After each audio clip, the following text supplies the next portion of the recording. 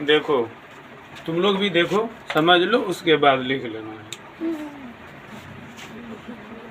ऊपर में साइंस लिखा हुआ है और वन लाइनर प्रश्न भी कह सकते हैं और उसमें आंसर भी है। और इसको जो है याद करने में आसानी होता है, जब आप इसको पढ़िएगा एक के लाइन में सब कुछ आ जाएगा। तो ज़्यादातर देखते हैं आजकल का जो बुक आता है, गाइड प्रकार का बुक आता है, उसमें वन लाइनर प्रश्न ज़्यादा रहता है। और ये पढ़ाया हुआ है, पहले पढ़ा चुके हैं, आपको समझा चुके हैं, ठीक ना। स्टार्ट करते हैं। ये जो है लिखा हुआ नैनो सेकेंड समय का मात्रक है। नैनो सेकेंड जो है समय का मात्रक, वैसे जो क्या होता है, सेकेंड होता है ना। यहाँ नैनो लगा दिया, क्यों लगाया नैनो बताइए तो। जब छोटा मात्रक होगा, छोटा, कोई जैसे हम लोग मान लीजिए उदाहरण के तौर पर झींगा बेचने गए हैं। कौन चीज़ बेचने गए हैं? झींगा अभी ज़्यादा बिकता है। तो कोई आदमी बोल दिया कि हमारा पाव भर झींगा चाहिए। पाव भर झींगा 250 ग्राम रहेगा तब न उसको नाप के देगा। तो क्या करता है दुकानदार साहब, 250 ग्राम अगर नहीं है उसको नापने वाला, अब तो वैसे कितना कितना की जगह कंप्यूटर वाला नापने वाला रहता है, कंप्यूटर का है। जिसको नहीं रहता वो क्या करता है, आधा किलो नाप दिया डंडी से, वही झींगा को दोनों तरफ कर देता है। तो मतलब पावर इधर होगा जैसे होगा उसको कर देता है। तो वही नैनो सब जो हुआ छोटा हुआ। पराध्वनिक, यहाँ पर देखिए पराध्वनिक जो है तरंगों की आवृत्ति 20,000 हर्ट्ज से ऊपर होता है। अब इसको भी समझ लो, चर्चा कर दिए थे पहले आपको जब पढ़ा रहे थे। ये क्या हुआ, बहुत ज़्यादा गर्मी भी है तुम लोग को भी जो है, और आज आपका क्लास लंबा भी हो रहा है पहले से। पराध्वनिक वो हुआ जैसे मनुष्य जो है 20 हर्ट्ज से 20,000 हर्ट्ज तक सुन सकता है। कितना तक सुन सकता है? 20 हर्ट्ज से 20,000 हर्ट्ज तक। जैसे 20,000 हर्ट्ज से अधिक होगा वो नहीं सुन पाएगा। आप देखते होंगे डीजे का आवाज़ कितना अधिक होता है, तीखा होता है। कितना आदमी को हार्ट अटैक आ जाता है, ठीक ना। हार्ट अटैक मतलब क्या हुआ, हृदय गति रुक जाता है, ठीक ना। उसके बाद जो है शरीर का तापमान 37 डिग्री सेल्सियस और 98.6 फ़ारेनहाइट में। अभी तुरंत हम पूछे थे एक कैंडिडेट से। तो शरीर के अगर कोई पूछेगा आपको कि शरीर का तापमान, अभी जैसे मान लो हम आपको बोल रहे हैं गर्मी लग रही है, इसका मतलब है कि अभी वातावरण का टेम्परेचर 37 डिग्री से अधिक है। क्योंकि 37 डिग्री तक रहेगा तो हमारा शरीर बर्दाश्त कर लेगा, नहीं करेगा जी, क्योंकि उसका तापमान होता है। जैसे 38 होगा, 39 होगा, 40 होगा, तो लोग सब जैसे गाय मल ने हपसता है वैसे हपसेगा, क्योंकि बर्दाश्त नहीं कर पाएगा। सर्वाधिक तरंगदैर्घ्य लाल रंग का होता है। ये भी चीज आप लोग जान लीजिए कि तरंगदैर्घ्य जो है सर्वाधिक लाल रंग का होता है और सबसे कम बैगनी रंग का होता है। ये बात जानते हैं ना। और विचलन में भी लाल रंग का विचलन कम होता है और बैगनी रंग का विचलन ज्यादा होता है।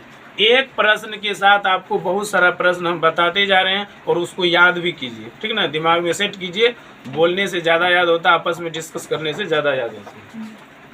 और देखिए जो प्रश्न हम बोल रहे थे यहाँ पे है, सबसे कम तरंगदैर्घ्य बैगनी रंग का होता है। बहुत अच्छा वन लाइनर प्रश्न है। इसको देखिए आपके सिलेबस में आप पढ़े भी होंगे, उस समय याद नहीं रहता होगा, लेकिन जब आप पढ़ते हैं दोबारा तिबारा पढ़ते हैं तो उससे ज़्यादा याद होता है। कोबाल्ट में विटामिन B12 पाया जाता है। कोबाल्ट में जो है, वैसे कोबाल्ट की परमाणु संख्या को बता सकते हैं? कोबाल्ट 27 जानते हैं? हाँ 27। कौन बोले? बहुत अच्छा जवाब है 27। 27 जो है परमाणु संख्या है कोबाल्ट का। 28 में निकेल है, 29 में कॉपर है और 30 में जिंक है। जो खेत में जिंक देते हैं ना, परमाणु संख्या।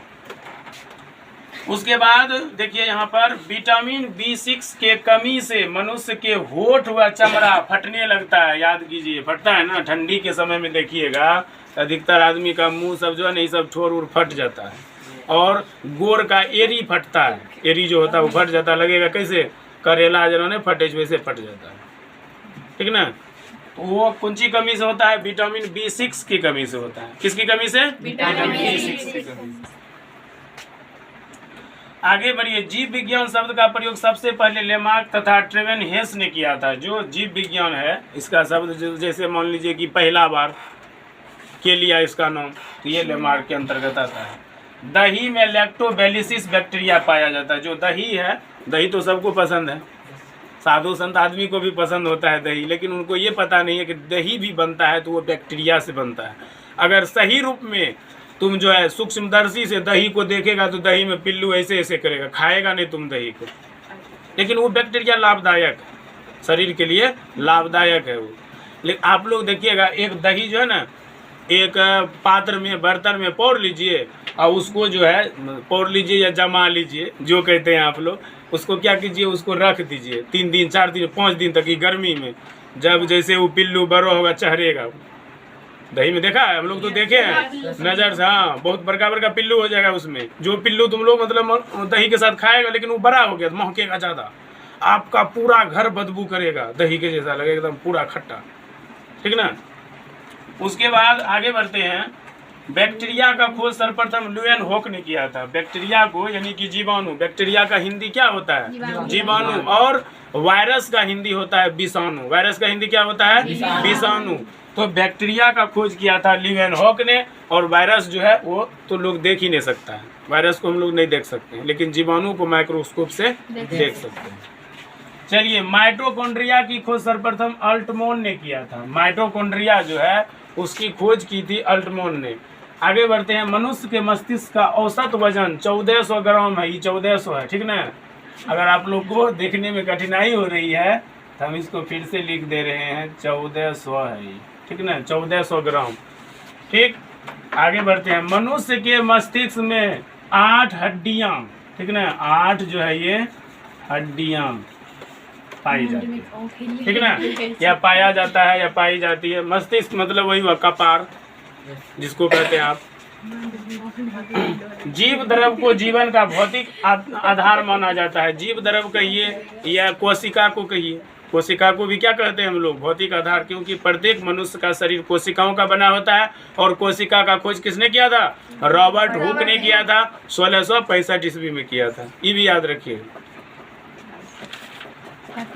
राइजोबियम दलहनी पौधे के जड़ों की ग्रंथि में पाया जाता है। राइजोबियम जो है ये दलहनी पौधों के जड़ों में पाया जाता है। हम आपको पहले भी बता चुके हैं कि राइजोबियम जीवाणु क्या करता है? मिट्टी को नाइट्रोजन स्थिरीकरण करने में मदद करता है। आप एगो प्रश्न पढ़े होंगे 7वां 8वां क्लास में, फसल चक्रण, ठीक ना।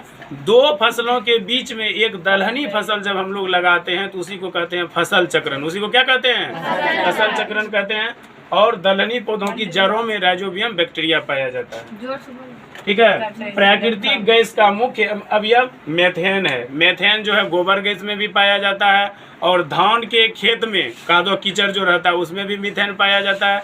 बायोगैस में भी मीथेन पाया जाता है। और मीथेन का रासायनिक सूत्र CH4 होता है। क्या होता है? CH4 होता है, याद रखिएगा। लेकिन जो आप घर में खाना बनाते हैं उसमें ब्यूटेन पाया जाता है। LPG जो सिलेंडर जो है LPG, उसमें ब्यूटेन पाया जाता है, याद रखिएगा। उसके बाद है बैक्टीरिया तथा साइनोबैक्टीरिया को नील हरित शैवाल भी कहा जाता है। नील हरित शैवाल, बैक्टीरिया या साइनोबैक्टीरिया, और खास करके नील हरित शैवाल आप लोग जानबो करते हैं। चापाकल पर जो कजली है, एक्सीडेंट प्लांट, वही है, ठीक ना।